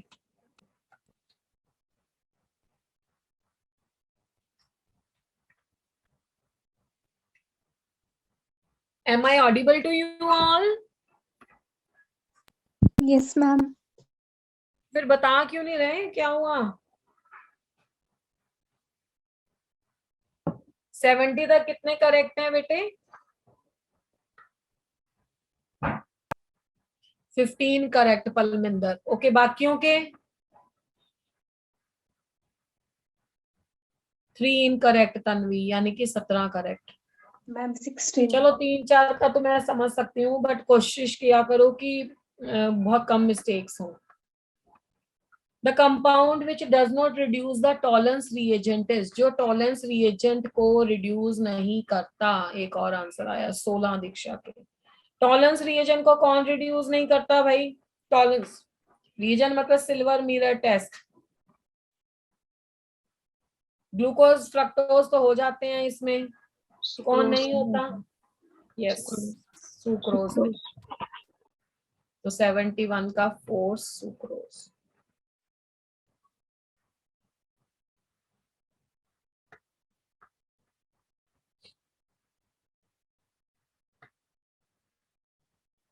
Question number 72.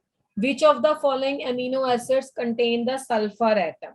ये क्वेश्चन डायरेक्ट क्वेश्चन है, जिसने याद कर रखे हैं तो वो आता होगा। सिस्टीन करके जो होता है उसमें ये फार्मूला, ये एनसीईआरटी में एक टेबल बना हुआ है एमिनो एसिड्स का। एमिनो एसिड्स का मतलब उसमें आर क्या होता है ना, क्या क्या होंगे, एसेंशियल नॉन एसेंशियल भी है उसमें। तो ये है एक आपके पास एमिनो एसिड्स सिस्टीन करके, जिसमें सल्फर एटम प्रेजेंट होता है। Fourth option.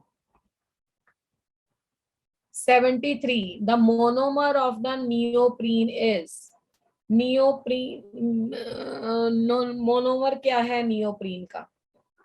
Ma'am 2-chloro-1,3-butadiene। 2-chloro-1,3-butadiene।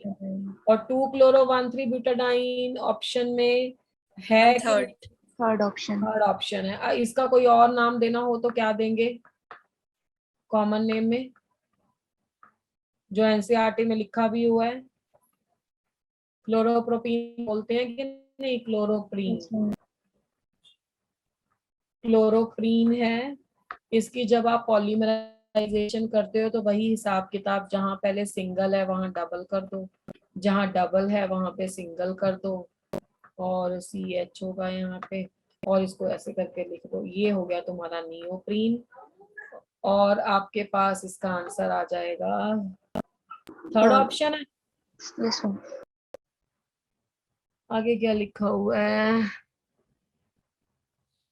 हाँ जी, आगे इम्प्रोनेजेड क्या है भाई? ये तो डायरेक्ट क्वेश्चन है, अगर किसी ने पढ़ा है तो ठीक है, ऐसे क्वेश्चन आ जाए तो फिर बेटर ये है कि जो याद किया हुआ है उसको छोड़ के जो कॉन्सेप्ट बेस्ड है उस पर ध्यान दो। ट्रंकुलाइजर होती है, नो एक्सप्लेनेशन।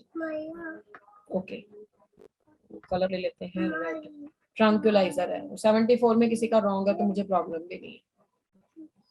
75, हाँ जी, what about 75? Ma'am third option.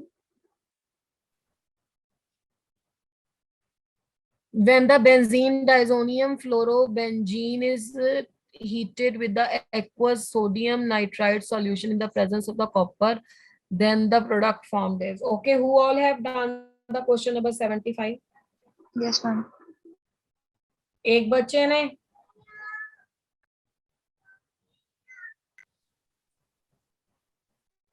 benzene diazonium fluoroborate is heated with the aqueous sodium nitrite solution in the presence of the copper, then the product formed is क्या है? थर्ड।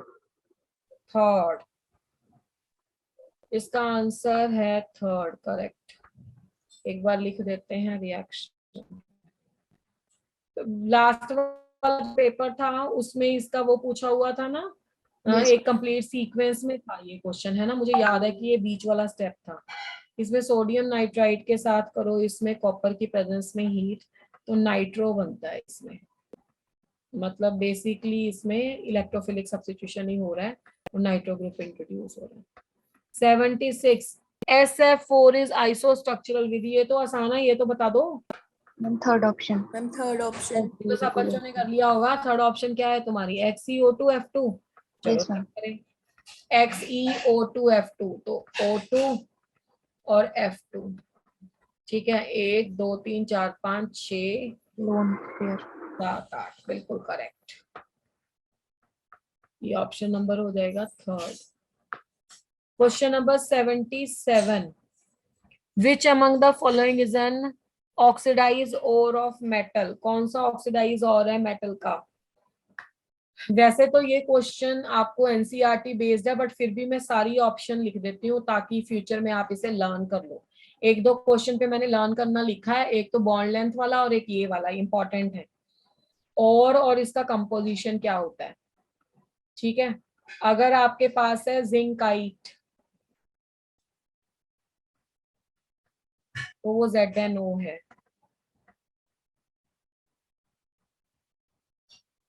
फ्लोराइट सल्फर है इसमें। Calamine तो सब जानते होंगे, carbonate होता है। कॉपर ग्लास भी सब जानते होंगे, सल्फाइड होता है।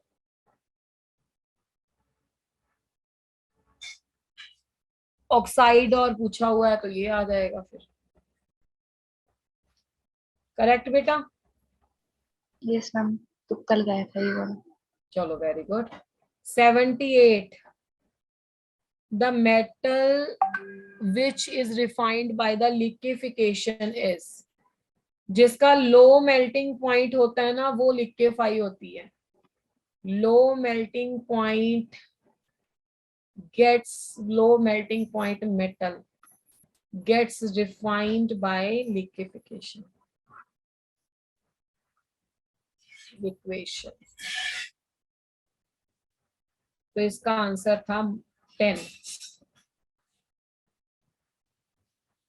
79, consider the following statement in the acidic medium: nitrous acid disproportionate to the nitric acid and the nitrogen gas. Ammonium nitrate on the heating gives the nitrous oxide N bond present in the N2O3 and N2O4 gases, and the correct statement is Dhruv. Correct है आपका। हाँ जी, 79 में which is the correct statement?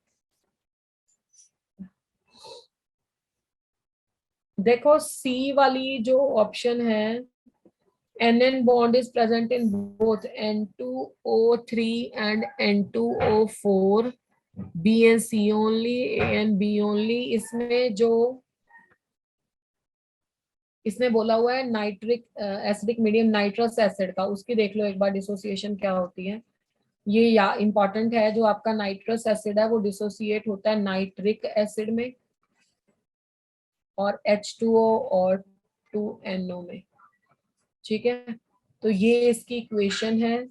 तो correct क्या क्या होगा, अभी देखो इसमें क्या हो रहा है, 2 2 जा 4 और 1, तो ये +3 हो गया यहाँ पे।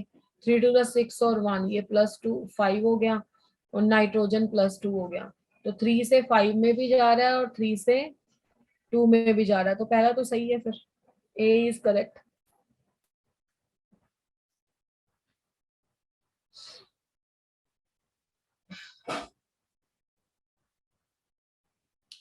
Ammonium nitrate on heating give the nitrous oxide, और NN bond present in both N2, ये तो आप कर सकते थे C।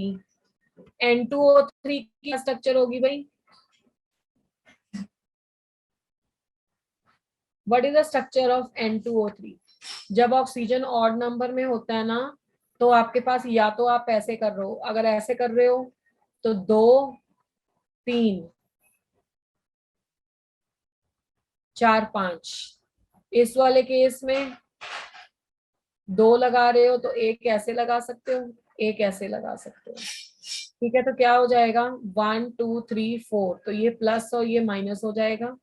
यहाँ पे लॉन पेयर को ऊपर ले लेते हैं और इससे अलग ले लेते हैं,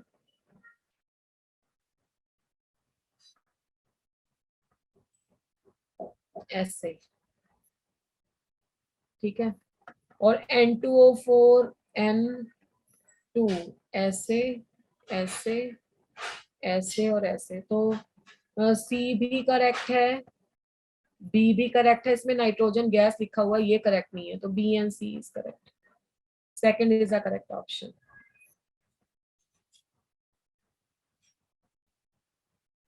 Question number 80. The product which is not obtained on the reaction of white phosphorus with the thionyl chloride is. हाँ जी, what is the correct answer? White phosphorus को thionyl chloride के साथ करते हैं तो कौन सा product? Ma'am fourth option. Fourth. Yes. Question number 81. Correct order of the boiling point of the given compound is. Ma'am third option. Bases कैसे check करोगे? मैम एक तो हाइड्रोजन बॉन्डिंग है, फिर दूसरा आयोडीन का साइज बड़ा हो जाएगा, उसका ब्रोमीन क्लोरीन। क्वेश्चन नंबर 80 का ना मैं एक बार, ठीक है बेटे, एक मिनट। क्वेश्चन नंबर 80 का मैं रिएक्शन लिख देती हूँ, अगर आपको ध्यान रहे तो बहुत अच्छी बात है। व्हाइट फास्फोरस को जब थायोनाइल क्लोराइड के साथ करते हैं ना तो PCl3 फॉर्म हो जाता है 4 मॉलिक्यूल, ये आप एक बार देख लेना। 4 molecules of sulfur dioxide and 2 S2Cl2. That's why its correct answer will be the 4th one. हाँ जी, 81 क्वेश्चन में बॉइलिंग पॉइंट पे डिस्कशन हो रही थी। एक HF है, एक HCl है, एक HBr है और एक HI है। ठीक है, हाँ जी, बॉइलिंग पॉइंट मैक्सिमम पूछा, मिनिमम पूछा, ऑर्डर पूछा।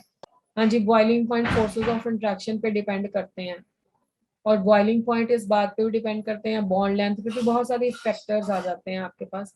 सबसे ज्यादा बॉइलिंग पॉइंट किसका होगा? HF का। ठीक है, उसके बाद बॉइलिंग पॉइंट किसका होगा? किस उस पे डिपेंड करता है बॉइलिंग पॉइंट? देखो, देखने को तो HI जो है एक आपका वीक होता है, ये बिल्कुल NCERT बेस्ड क्वेश्चन है। इसका जो करेक्ट आंसर है ना 82 का, इसमें दिया हुआ है, इसमें correct order of the boiling point of the given compound is 3 है। HF का पहले होता है, उसके बाद HI का होता है, जबकि HI होता है एक्चुअली में वीक है, बट इसकी टेंडेंसी हो जाती है कि बाकी हाइड्रोजन छोटे छोटे हैं इसके साथ एसोसिएट हो जाते हैं। NCERT डाटा बेस्ड क्वेश्चन है। इसका HF का होता है ये 293 केल्विन और HI का होता है 238 केल्विन। उसके बाद HBr होता थोड़ा सा डिफरेंट है इसमें, 206 केल्विन, और फिर HCl आ जाता है लास्ट में। दिस इज द 189 क्वेश्चन, और इसके लिए आप NCERT रेफर कर सकते हो, जितने भी टेबल बने हैं उसको ध्यान से देखना। बड़ा एबनॉर्मल सा बॉइलिंग पॉइंट है इसके। बॉइलिंग पॉइंट इस चीज पे भी डिपेंड करते हैं ना कि कोई चीज लिक्विड होती है और कोई चीज गैस होती है। ठीक है, तो दैट्स व्हाई इनके बॉइलिंग पॉइंट उस हिसाब से भी थोड़े चेंज्ड है। Question number 82, the bond order of the Cl and the O in ClO4, ये तो सबने कर लिया होगा। 1.75। हाँ 1.75 बिल्कुल। ClO4 नेगेटिव स्ट्रक्चर सबने बना ली होगी, negative double bond O, double bond O और डबल बॉन्ड O। अब ये मैं नेगेटिव चार्ज यहाँ पे लाई हूँ, आप किसी और जगह पे ले आना, यहाँ पे ले आओ। Cl अब बीच में ले आओ, अब लास्ट में ले आओ। ठीक है, तो बॉन्ड ऑर्डर कैलकुलेट करना है तो total number of bonds calculate करो पहले। 1 2 3 4 5 6 7, 7 बॉन्ड डिवाइडेड बाय 4 स्ट्रक्चर, तो 1.75 इज आंसर, तो the option 4 is correct. 83, the most common oxidation state of vanadium is. हाँ जी, कौन सी मोस्ट कॉमन ऑक्सीडेशन स्टेट है वेनेडियम की? Scandium, titanium, vanadium. तो 3D 3 और 4s2 होता है। किसी भी तरीके से बेचारा कुछ स्टेबल तो हो नहीं रहा, तो इसका मतलब है वेनेडियम +5 जो है वो स्टेबल है, और सबको पता है VF5 बनता है, V2O5 बनता है, पता है ना सबको? Yes ma'am. V2O5, इन सभी में वेनेडियम कितनी ऑक्सीडेशन स्टेट में होता है? +5। उसका रीजन क्या है कि Mt जो है ऑर्बिटल, वो इसे क्या प्रोवाइड करते हैं? स्टेबिलिटी प्रोवाइड करते हैं। जब ये एम्प्टी हो जाता है तो ये स्टेबल हो जाता है। Empty, half filled and fully filled और stable. Question number 84, which metal is most easily oxidised towards divalent metal cation? कौन सी +2 जल्दी फॉर्म कर लेती है? एक्चुअली में ये क्वेश्चन रिडक्शन पोटेंशियल से रिलेटेड है। किसका रिडक्शन पोटेंशियल ज्यादा है? What do you think? कौन 2+ में कन्वर्ट होएगी? मैग्नीज 3D 5 और 4s2 होता है। अगर मैं मैग्नीज, हाँ मैग्नीज को 2+ में कन्वर्ट कर दूं, 2 इलेक्ट्रॉन आ जाएंगे तो यहाँ पे 3D 5 बन जाएगा। यस मैम, तो 3D 5 क्या बन जाएगा? ये स्टेबल बन जाएगा।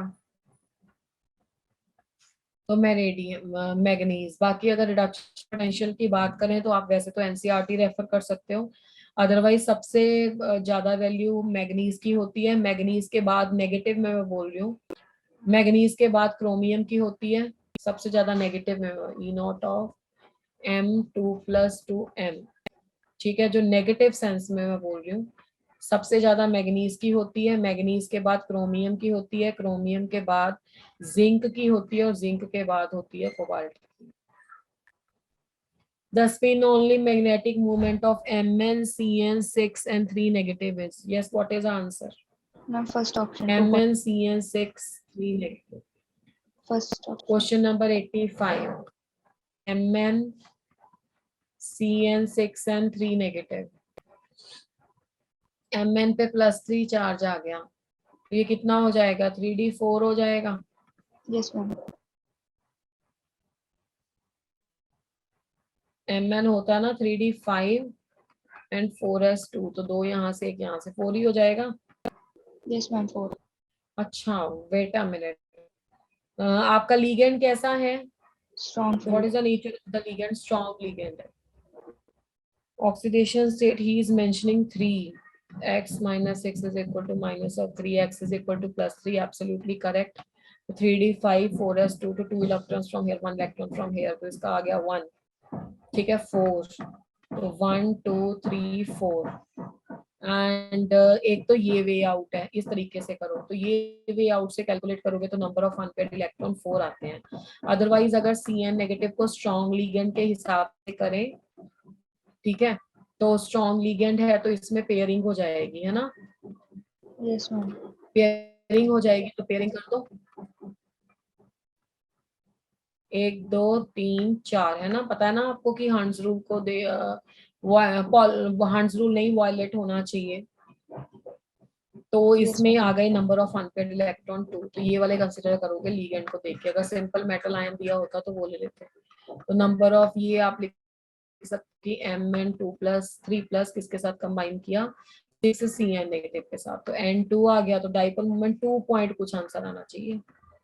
Root of n into n+2 होती है, तो ये आ जाएगा तुम्हारा 2 इंटू 4। ठीक है, तो ये आ जाएगा तुम्हारा 2√2, तो ये आ जाएगा 2 इंटू 1.414, यानी कि 2.828 BM।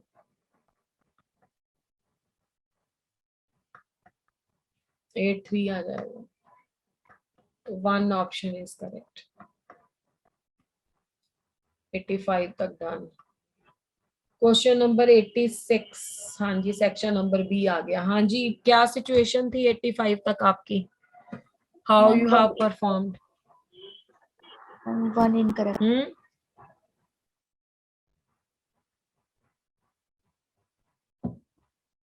3 तुम्हारे पहले थे ना तन्वी? Yes ma'am. 3 और 1 4 हो गए, मतलब टोटल। मैम एक फर्स्ट वाले सेक्शन में भी था। अच्छा, मतलब चलो जो भी है, इसमें 1 वाज इनकरेक्ट लेटेस्ट में। Question number 86, which among the following is not an outer orbital complex? हाँ जी, कौन सा आउटर ऑर्बिटल कॉम्प्लेक्स नहीं है, यानी कि इनर है, जिसमें स्ट्रॉन्ग लिगेंड होगा वो वाला? CO, C2O4 कितना लगा हुआ है? 3 लगा होगा, 3 and 3-, ये मैं क्वेश्चन पिछले पेपर में भी आ चुका है।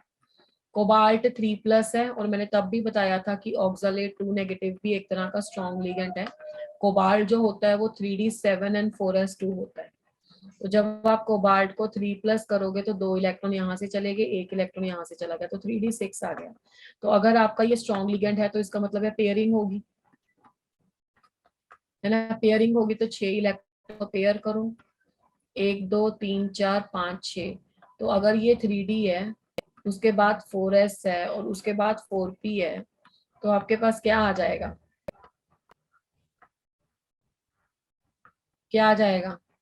D2sp3।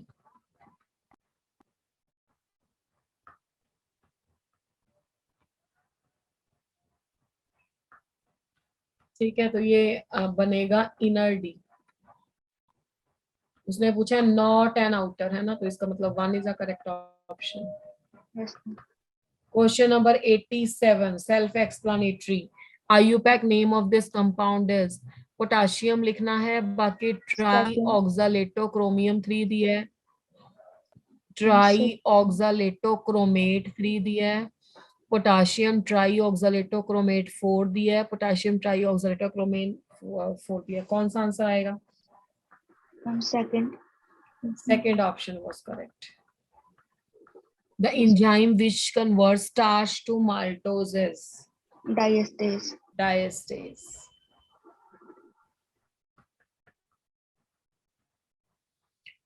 In whipped cream, the dispersion phase and the dispersion medium are respectively. हाँ जी, कौन सा dispersion phase और dispersion medium होता है?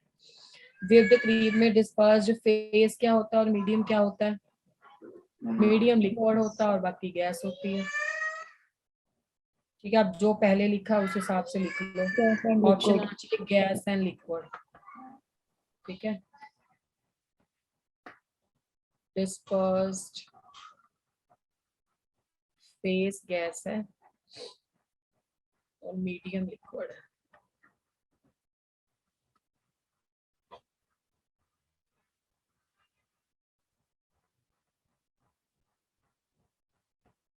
Question number 90.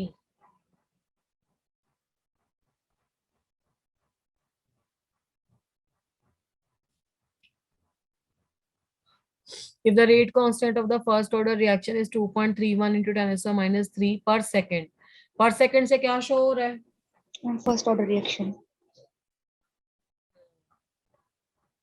K की वैल्यू आ गई, कितना है? 2.31 into 10⁻³ per second, and the initial concentration of the reactant is, यानी कि A0 की वैल्यू दी हुई है 1.6 मोलर.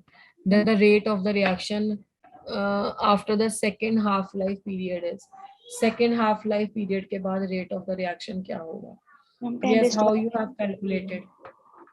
Ma'am, 10 raised इसका to ना the बहुत एक minus. सिंपल सा ट्रिक है. हाँ, अगर तो फर्स्ट हाफ लाइफ है तो फर्स्ट हाफ लाइफ की डेफिनेशन ही ये होती है कि ये हाफ हो गया, है ना. अगर ये सेकेंड हाफ लाइफ है तो इसका मतलब है कि इनिशियल कंसंट्रेशन जो है वो उसकी भी हाफ हो जाएगी, A0/4 हो जाएगी. मतलब क्वेश्चन करने की जरूरत ही नहीं थी. ठीक है, तो ये आ जाएगा 0.4. बाकी तो रेट की इक्वेशन तो सब बच्चों को पता है. Rate is equal to K into concentration, जो कि A0/4 हो गई. तो K था 2.31 इंटू 10⁻³. बस हल्का सा तुम्हारा दिमाग चेक किया हुआ है कि तुम्हें हाफ लाइफ पीरियड आता है या नहीं आता है. जब आप इसको कैलकुलेट करोगे ये -3 है. 9.24 इंटू 10⁻⁻⁴ आता है मोलर पर सेकेंड. मोलर पर सेकेंड लिख लो या मोल पर लीटर पर सेकेंड लिख लो. तो मोलर पर सेकेंड हुआ, तो 4 इज अ करेक्ट ऑप्शन. कर लिया था ये क्वेश्चन. Yes, ma'am, कर लिया. हाफ लाइफ पीरियड की डेफिनेशन होती है ना कि इनिशियल कंसंट्रेशन अपने पहले से हाफ हो जाती है. तो पहले जितनी दी थी उससे हाफ कर लो तो कंसंट्रेशन पता लग जाएगी. रेट की इक्वेशन होती है कि K इंटू कंसंट्रेशन उस टाइम पे कितनी है, सेकेंड हाफ लाइफ में और हाफ हो जाएगी. Okay, question number 91. The hydrogen gas electrode is made by dipping the platinum wire in the solution of the HCl. pH is equal to 4 and passing the hydrogen gas around the platinum wire at 1 atom atmospheric pressure and the 290 Kelvin reduction potential of the hydrogen is okay. अब hydrogen gas की पहले तो reduction की equation लिख लो. 2H+ gives the 2 electron hydrogen gas. Hydrogen is in the gaseous form and this is in the aqueous form. अब equation आप इसकी लिख सकते हो नास्ट equation, E of H2 to hydrogen gas, E0 of H+ to the hydrogen gas minus 0.0591 by N log of concentration of product. अब product में तो hydrogen है तो मैं प्रेशर ही लिखूंगी अपॉन कंसंट्रेशन ऑफ H+ उसका स्क्वायर. तो ये वैल्यू 0 दे रखी है, माइनस 0.0591 डिवाइडेड बाय कितने इलेक्ट्रॉन्स दे रखे हैं, 2 इलेक्ट्रॉन, तो डिवाइडेड बाय 2 हो जाएगा. Log of pressure of hydrogen उसने 1 एटमॉस्फेयर दे रखा है. ठीक है, और इसकी कंसंट्रेशन दे रखी है 10⁻⁻⁴. मुझे कैसे पता लगा कि pH दिया हुआ था 4, तो अगर pH दिया हो तो H+ की कंसंट्रेशन होती है 10⁻⁻⁻ ऑफ pH, तो ये आ जाएगी 10⁻⁻⁴. तो ये -0.0591/2 हो जाएगा और log ऑफ 10 की पावर 4 हो जाएगी, और 10 की पावर 4 को आप आराम से सॉल्व कर सकते हो। 0.0591/2 इंटू 4, log 10 की वैल्यू तो 1 होती है। ठीक है, तो 2 2 जा 4 आ जाएगा, इसको 2 से मल्टीप्लाई कर दो। जब आप इसको 2 से मल्टीप्लाई कर दोगे तो what would be the answer?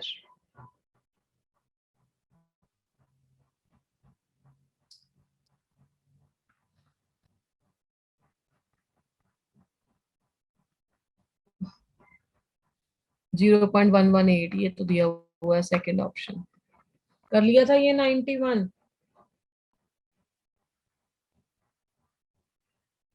अरे कर लिया था या नहीं?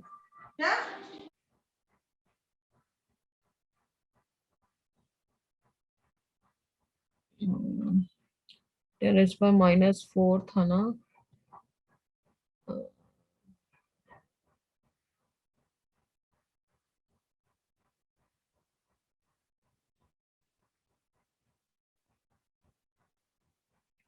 Hydrogen gas electrode is made by dipping the platinum bye.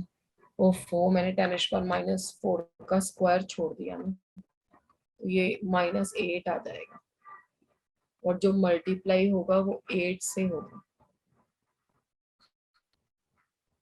8 से मल्टीप्लाई होगा तो वो 2 से कट ऑफ होके 4 रह जाएगा। ठीक है, और 4 से हुआ तो 4 वाला ऑप्शन आना चाहिए, यानी कि 0.059 को ही मल्टीप्लाई करते हैं तो 0.236 आता है, तो ये ऑप्शन नंबर 4 जाएगा। स्केयर छोड़ना नहीं है, समझ में आई मेरी बात? 10 पर -4 का स्केयर है ना, फिर -2 हो जाएगा, तो -8 बन जाएगा, तो ये सेकंड नहीं, ये बनेगा फोर्थ ऑप्शन। करेक्ट है बेटे?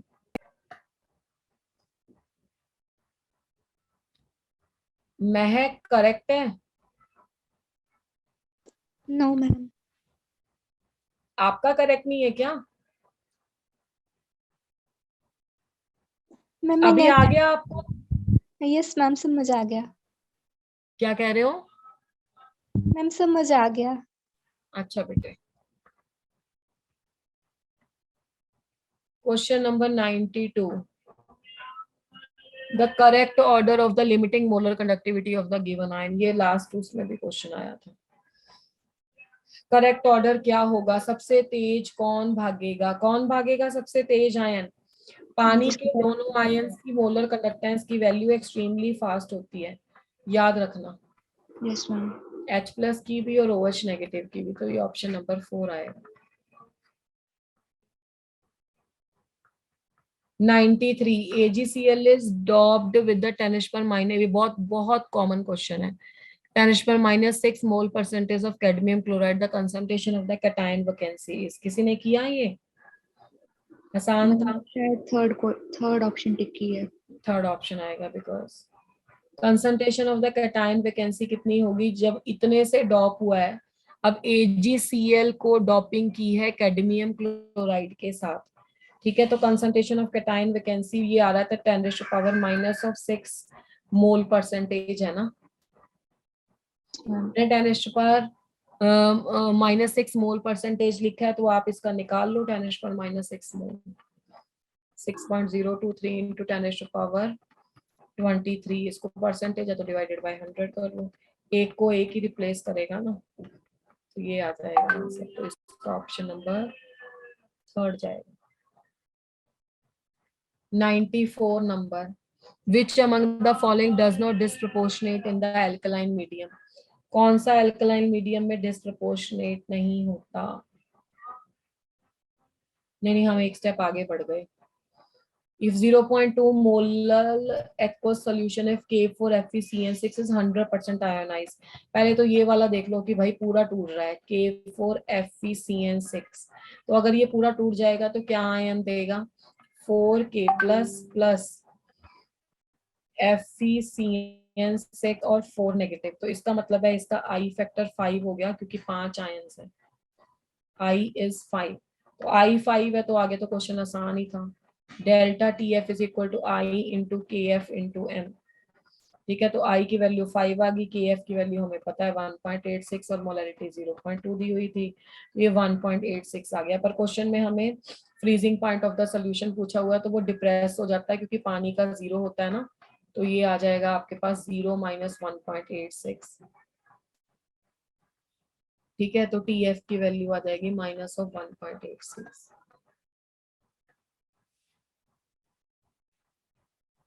विच अमंग द, पता है ना ये T F not minus delta T F होता है। विच among the following does not disproportionate in the alkaline medium, कौन सा डिस्प्रोपोर्शनेट नहीं होता एल्केलाइन मीडियम में? फ्लोरीन डिस्प्रोपोर्शनेट नहीं होता है। फ्लोरीन क्या क्या दे सकता है, होता है नहीं होता, let's check it out. Fluorine को एल्कलाइन मीडियम मतलब बेसिक मीडियम में जब रिएक्शन करेंगे 2OH नेगेटिव आ जाएगा, तो फ्लोरीन एक तो फ्लोराइड बन जाएगा जो इसकी वैसे टेंडेंसी है, और एक OF2 बन जाएगा और एक H2 है। आपको पता है ना कि फ्लोरीन आपके पास मोस्ट इलेक्ट्रोनेगेटिव स्पीशीज है, तो अगर ऑक्सीजन के भी कंपैरिजन में लेंगे तो ऑक्सीजन +2 होगा पर फ्लोरीन -1 ही होगा, तो ये कभी भी +1 नहीं दे रहा है, तो इसका मतलब है इसकी डिस्प्रोपोर्शनेट नहीं होती। बाकी इवन ऑक्सीजन फॉस्फोरस सारे डिस्प्रोपोर्शनेट हो जाते हैं। Question number 96, metallic hydride among the following is, ये भी क्वेश्चन पहले आ चुका है। कौन सा है मेटालिक हाइड्राइड सबसे ज्यादा? Lithium hydride. आपको अगर पेपर में क्वेश्चन आता है, ये मैंने ना पिछले पेपर में भी डिबेट किया था, अगर आपको पेपर में क्वेश्चन में लिखा होता है आयोनिक हाइड्राइड, ठीक है, आयोनिक हाइड्राइड के केस में आप हमेशा आंसर देके आओगे एल्कली मेटल्स, ठीक है, क्योंकि वो हाईली इलेक्ट्रोपॉजिटिव और हाईली इलेक्ट्रोनेगेटिव होते हैं। अगर आपको पेपर में क्वेश्चन आया हुआ है मेटालिक हाइड्राइड, तो मेटालिक हाइड्राइड में आप देके आओगे डी ब्लॉक के एलिमेंट्स एंड एफ ब्लॉक के एलिमेंट्स। समझ में आ गई मेरी बात? ठीक है, तो जल्दी से मेटल देख के मत मार देना, क्रोमियम हाइड्राइड होगा। तो 96 का सी।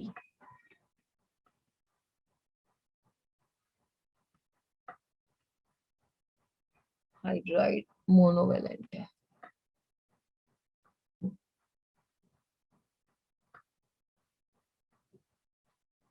Question number 79, no, 97. Consider the following statement: density of the sodium is more than the potassium. Potassium carbonate is manufactured by the Solvay's process. LiNO3 evolves NO2 gas on heating से बिल्कुल direct NCERT का data है। The correct statement, कौन C correct statement है भाई? A and C। बिल्कुल, तो 97 का आ जाएगा 3। ये बी तो मतलब पढ़ के ही बता देते, नहीं हो सकता। Yes। Which among the following does not exist, कौन सा एग्जिस्ट नहीं करता? How you will identify कि कौन सा एग्जिस्ट नहीं। क्वेश्चन नंबर 98, यस हाँ जी, कौन सा एग्जिस्ट नहीं करता और क्यों नहीं एग्जिस्ट करता? फोर्थ, क्योंकि डी इसके लिए वेकेंट। बिल्कुल, सिलिकॉन हेक्साक्लोराइड 2 नेगेटिव है, सिलिकॉन हेक्साफ्लोराइड है, और SnOH है 6 2 नेगेटिव, और जर्मेनियम है। तो 98 क्वेश्चन में देखो ये बात बहुत डिपेंड करती है कि इतने बड़े एटम्स उसके साथ हो पा रहे हैं या नहीं। तो सिलिकॉन के साथ फ्लोरीन तो 6 एग्जिस्ट कर सकते हैं, ये वाला कंपाउंड डज नॉट एग्जिस्ट क्योंकि साइज बहुत ज्यादा है, तो इसका आंसर 4 आएगा। In the Carius method of estimation of the halogen, ये पता नहीं क्यों दे जा रहे हैं बार बार ऐसे क्वेश्चन, तो एस्टिमेशन में होते ही नहीं है, ठीक है, तो don't go for that type of questions. The molar solubility of AgI in this solution is, किस चैप्टर का क्वेश्चन है ये मोलर सॉल्युबिलिटी वाला? सॉल्यूशन। अरे स्पैरिंगली सॉल्युबल सॉल्ट है ना। AgI कैसे टूटेगा? Ag प्लस और I नेगेटिव, ठीक है। पहले तो ये आप सबको पता है क्या दिया हुआ था, 0.01 मोलर KI सोल्यूशन में कितना होगा? स्टार्टिंग में ये 1 है, ये जो दोनों नहीं दिए हुए हैं, at the time T is equal to 0। जब आपके पास रिएक्शन में इक्विलिब्रियम आ गया तो ये तो 0 हो गया, इसकी सॉल्युबिलिटी S है, इसकी भी S है। अब इसमें KI ऐड कर दिया तो उसको बीच में ऐड कर दो, बस इतना सा चेंज था। और KSP की जो कैलकुलेशन करते हैं ना बेटे, वो करते हैं हम Ag प्लस कितना था और साथ में I नेगेटिव कितना था। अब Ag प्लस था S और ये था S प्लस 0.1 और KSP की वैल्यू दे रखी है 8.3 इंटू 10⁻⁻⁻17। तो when you will solve out this equation, अब इसमें ना 10 की पावर बहुत ज्यादा है, तो 10 की पावर बहुत ज्यादा को ना नेग्लेक्ट कर देते हैं, तो मतलब ये बहुत ज्यादा हो जाएगा उसके कंपैरिजन में। S² प्लस S इंटू 0.1 आ गया। तो हम बेसिकली क्या कहते हैं, ये S बहुत स्मॉल है ना, तो इसको नेग्लेक्ट कर दो, तो S इंटू 0.1 से ही बस कैलकुलेशन कर लेते हैं। तो 8.3 इंटू 10⁻⁻17 है। अगर 10 की पावर इतनी स्मॉल आ रही है तो सॉल्युबिलिटी तो ऑब्वियसली वेरी स्मॉल होगी ना, S इज वेरी स्मॉल, तो S स्मॉल है तो S का स्क्वायर क्यूब ये सारे वो स्मॉल होंगे, ठीक है, तो इसको हम नेग्लेक्ट कर देते हैं। मेरे कहने का मतलब है क्वाड्रेटिक बना के मत सॉल्व करने लग जाना। तो S की वैल्यू आ जाएगी आपके पास 8.3 इंटू 10⁻⁻16 अप्रोक्सीमेट आंसर, ठीक है। तो दैट इज ऑप्शन नंबर 1। तो इसका correct option would be option number 1। हाँ जी, is that clear? Yes ma'am. हाँ जी, कैसा है आपका परफॉर्मेंस इसमें? मैम प्रीवियस टेस्ट ज्यादा इजी था। मैं कह रही हूँ ये वाला भी इजी ही था। चलो, ये वाले पे का स्कोर नहीं सही रहा? No ma'am. क्यों नो मैम? क्या क्या गलत करके आए हो? कैलकुलेशंस में मिस्टेक हो गई और एक तो वो एसिडिक वाला आयुपैक। अच्छा, चलो, मतलब try to improve your score gradually. 8-10 paper होते हैं तो उनमें आपका स्कोर ग्रेजुअली इम्प्रूव होना चाहिए, this is the main thing. साहित्य हैज नॉट जॉइन टुडे, ये गलत बात है, सारा पेपर डिस्कशन रह गया। तो is that clear everyone? Yes ma'am. Yes, ma'am. चलो, this is all for today. In the next Wednesday class, Wednesday तक आपका दूसरा टेस्ट तो नहीं होगा ना? No ma'am. तो paper No, number, ma'am. Just a minute, paper number 6 we have. मैं इसको ना स्लाइड पे ही ले लेती हूँ, फिर आपको भी याद रहेगा। तन्वी एक बार बताना बेटे, ये पेपर नंबर 6 था या 7 था? मैम 7 था ये 7 था। 7 सॉल्व्ड? Yes ma'am. 6th भी कर लिया है। 6 भी सॉल्व्ड? Yes ma'am. 5 शायद नॉट सॉल्व्ड, शायद, है ना? 5 सॉल्व्ड और नॉट सॉल्व्ड? मैम उस दिन मैंने क्लास में करी, शायद आपने रैंकर्स Ma'am, में करा 5 होगा। and 4 not solved. मैं एक बार चेक कर लेती हूँ, मेरे पास होगा लिखा हुआ ना।